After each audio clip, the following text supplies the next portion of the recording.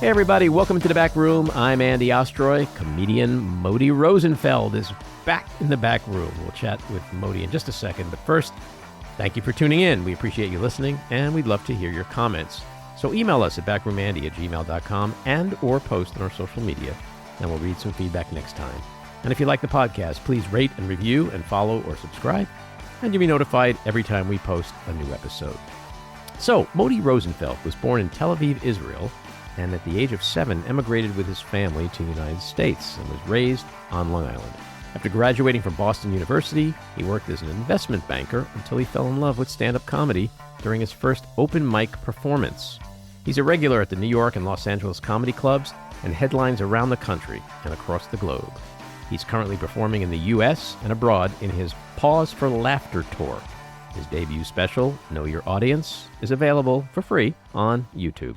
Matty, welcome back into the back room. Pleasure to be here. So you're in the back room. So you're a busy man. You're out there touring. How's the tour going? The tour's going amazing. The tour is called Pause for Laughter. We just did Chicago. We did 2 shows in Chicago. We did the Palladium in London. My first time doing that show. That was unbelievable. Wow. And then we're back home. We were in San Diego, LA, San Francisco, and then Irvine, and go back home. And there's tickets available. Everybody should find a city near you and get them. MattyLive.com. We'll talk about that in a minute. I'm going to help promote that. Talk to me about London for a second. So I know your audience is heavily Jewish, usually, right? Yeah. Is that how it works in London too? Is it just like full of London Jews? No, a lot, but a lot of not. You know, since I released the special, Know Your Audience, to everybody. We put it on YouTube so everybody can get to it, not just on Amazon and wherever else it was. We've been getting a lot of people who aren't Jewish at the shows. I call them Goyim, Gays, and Theys. They've been coming to the show. Are those the official pronouns? I think those are the official pronouns. I have buyers. For me, there's two pronouns: buyers and not buyers. People who buy tickets to my shows, people who don't buy tickets to my show. Nothing else matters to me. Right. And does the material land the same way overseas or in? I mean, I would imagine London is a little easier than other places. But do you modify your act a little bit? Do you do local stuff there, or is it? I did some local material. There were some things happening with the royal family that was going on there.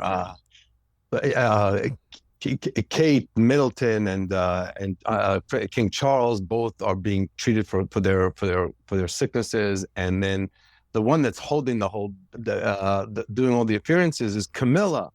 So that was happening while I was there. And then I came out in this like double-breasted suit with this Hermes tied up to my neck. I gave London.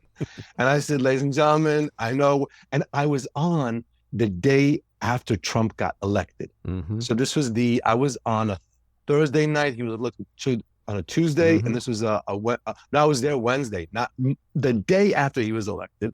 And I came on it. I go, let's address the elephant that's in the room. And everybody's like sitting there. Oh my God, he's going to go into political stuff. I go, between Camilla's chest infection and Kate, I go, I am ready for any royal appearances that need to be done. And that's it.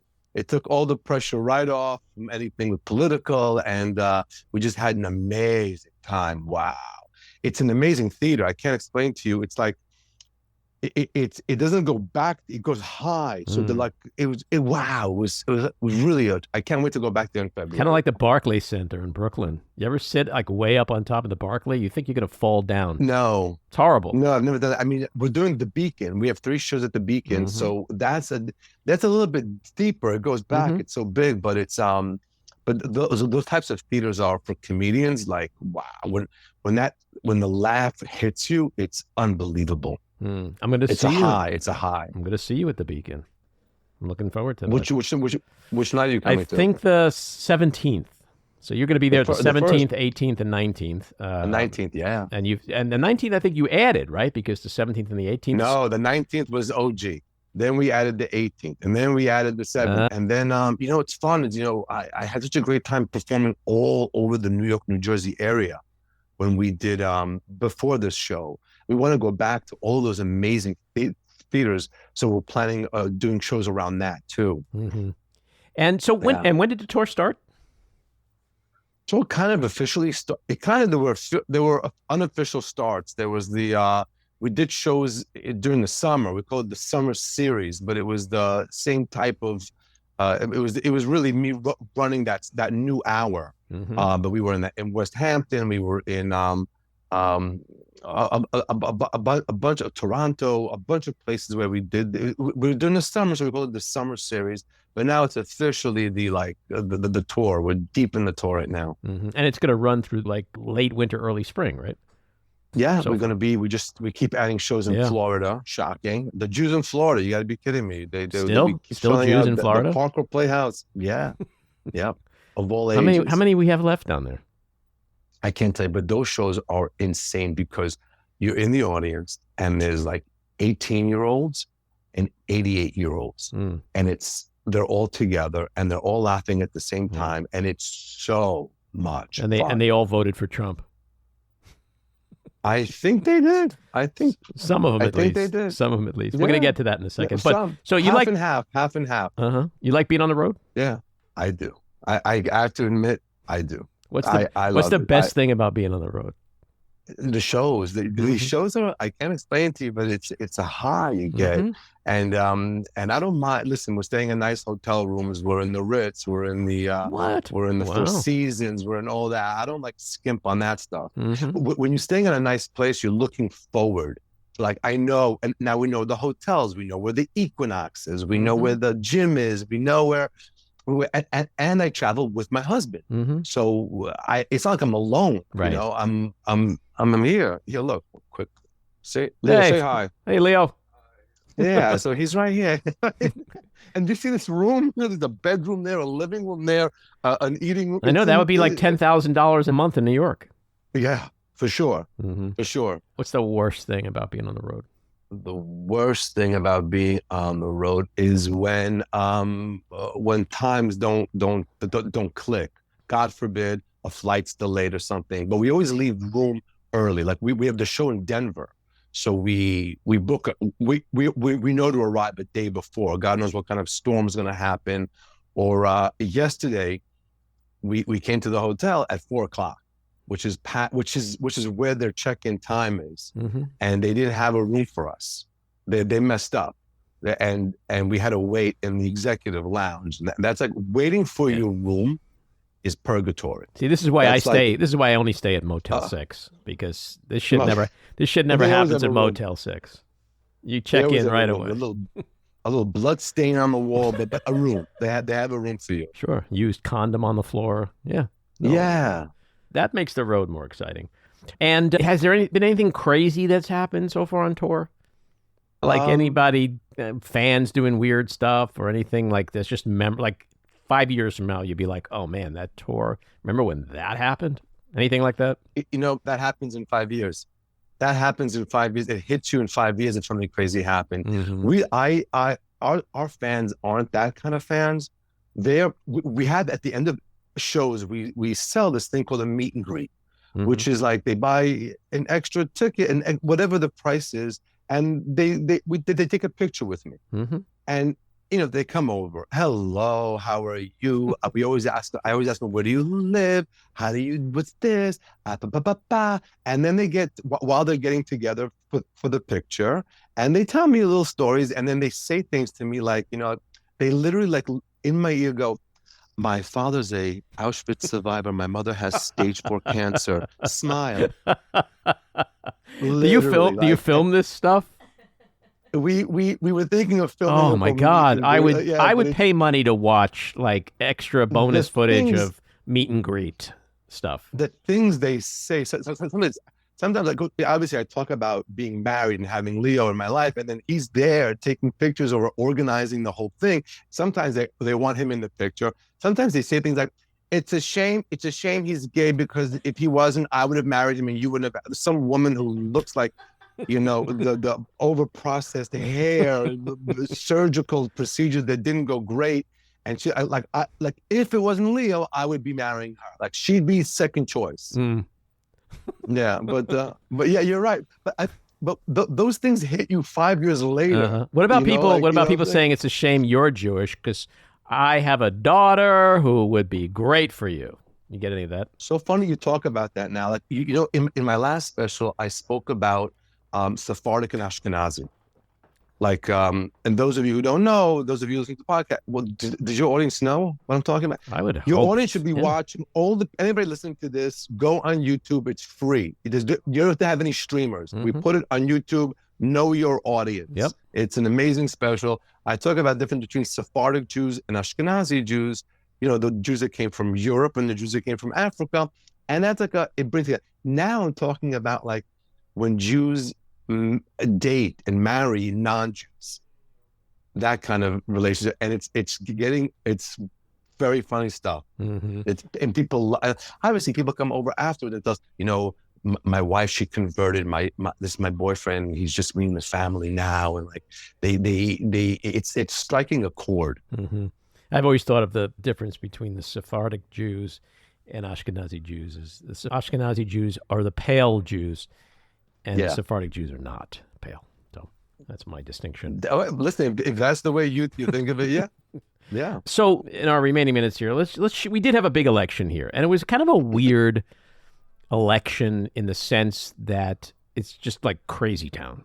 Things that never, ever happen. We always had differences left and right, red and blue, but this was just like nuts. How much of that are you incorporating into your act, or do you stay away from stuff like that? To be honest with you, I stay away for one reason. I feel people come to my show to have an hour and a half of just like, right. Do you know what I'm saying? Yeah, totally. Is like they don't need to hear about what's happening in Israel for an hour. So when they come to my show, and on my Instagram and Modi_live and everywhere, I try not to give them things that they're being bothered with in news and in media. And so I don't bring up all that stuff. And I know that my audience is divided down the middle. Sure. One thing that connects them together is comedy. They came to laugh. So I'm not going to alienate anybody. I'm not going to be mean to talk about this and get one of them excited, one of them annoyed. It's not worth it. It's an hour and a half. At the end of the show, I discuss the war, obviously with a little bit of in the most appropriate way to laugh and be proud of how Jewish people and the world is doing good, not like in a horrible way. And I'm not, reminding them of what's really happening. At the end, we sing Hatikva, the Israeli national anthem, which means hope. Because you kind of feel like, oh my God, we just laughed for an hour and a half. What the hell? Hey, we laughed an hour and a half. You're allowed to laugh. Pause for laughter, and then we sing Hatikva. Yeah. And that's so. I'm not there to bring up all of everything that they're watching all day long on their phones. It's not that show. Yeah. Well, you're not known for that, so they're not. In a sense, they're not coming. It's not like back in the day, audiences would go to see George Carlin or somebody who is known for being political and expecting that. I'm going to say something else to you on that. The comics that do that has changed, because back in the day when something happened, it stuck for a minute. It stuck. I mean, you and I are at the age where we remember when every comic was making fun of Dan Quayle. Any millennial has no idea who the hell that is. He was the vice president under the first George Bush, under first George Bush. A very intelligent guy, Harvard, all of that stuff. I don't know what happened somewhere that he said something didn't come out right, and everybody was just like, he's a dunce. And it was a running joke. It doesn't stick anymore. There's so much things happening. By the time you get this joke out, everything else has already happened in politics. By the time you and I meet again, no one's even going to remember the name Matt Gaetz. Right. That's so true. Do you understand? Sure. It's true. So what am I? when I look at a piece of comedy, especially now that I look at other comedians' old clips, what has a shelf life? Right. I was watching last night. Wow, what an unbelievable clip I watched. Don Rickles at the inauguration of Ronald Reagan. Mm-hmm. Don Rickles, a Democrat, Ronald Reagan. It's one of the most amazing clips of comedy out on YouTube. And he's talking to Schultz, who was the Secretary of State at the time, telling him, "What are you doing here? You should be talking to the Russian." It was so. Luckily, I was alive during so I knew the jokes he was doing.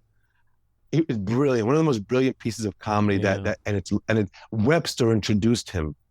The little, remember that show Webster, and it's just. So you think of what has a shelf life. Am I going to invest in something that doesn't have a shelf life? Am I going to write jokes about it, run it by the audience, and then I know in 2 weeks it has nothing? Right. Well, social media is responsible for so much information getting pushed out so quickly, so much. This abundance of content out there that, like to your point, within 24 hours, we forget what happened yesterday. There's just a barrage. Back in the day, somebody said something. It may have come out in a newspaper or a magazine or maybe on the news that night at 6:30, but that was it. And it was all that was spoken about for months and months. That doesn't exist anymore. It doesn't exist anymore. It's over in seconds, and it's bigger things.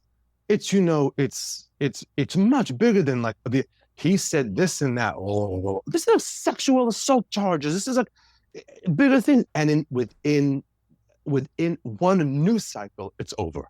Yeah, that's it. It's a different world, so you have to adjust with it. But one thing is for sure: people need to laugh. You have got to make time in your day for laughter. Follow Don Rickles.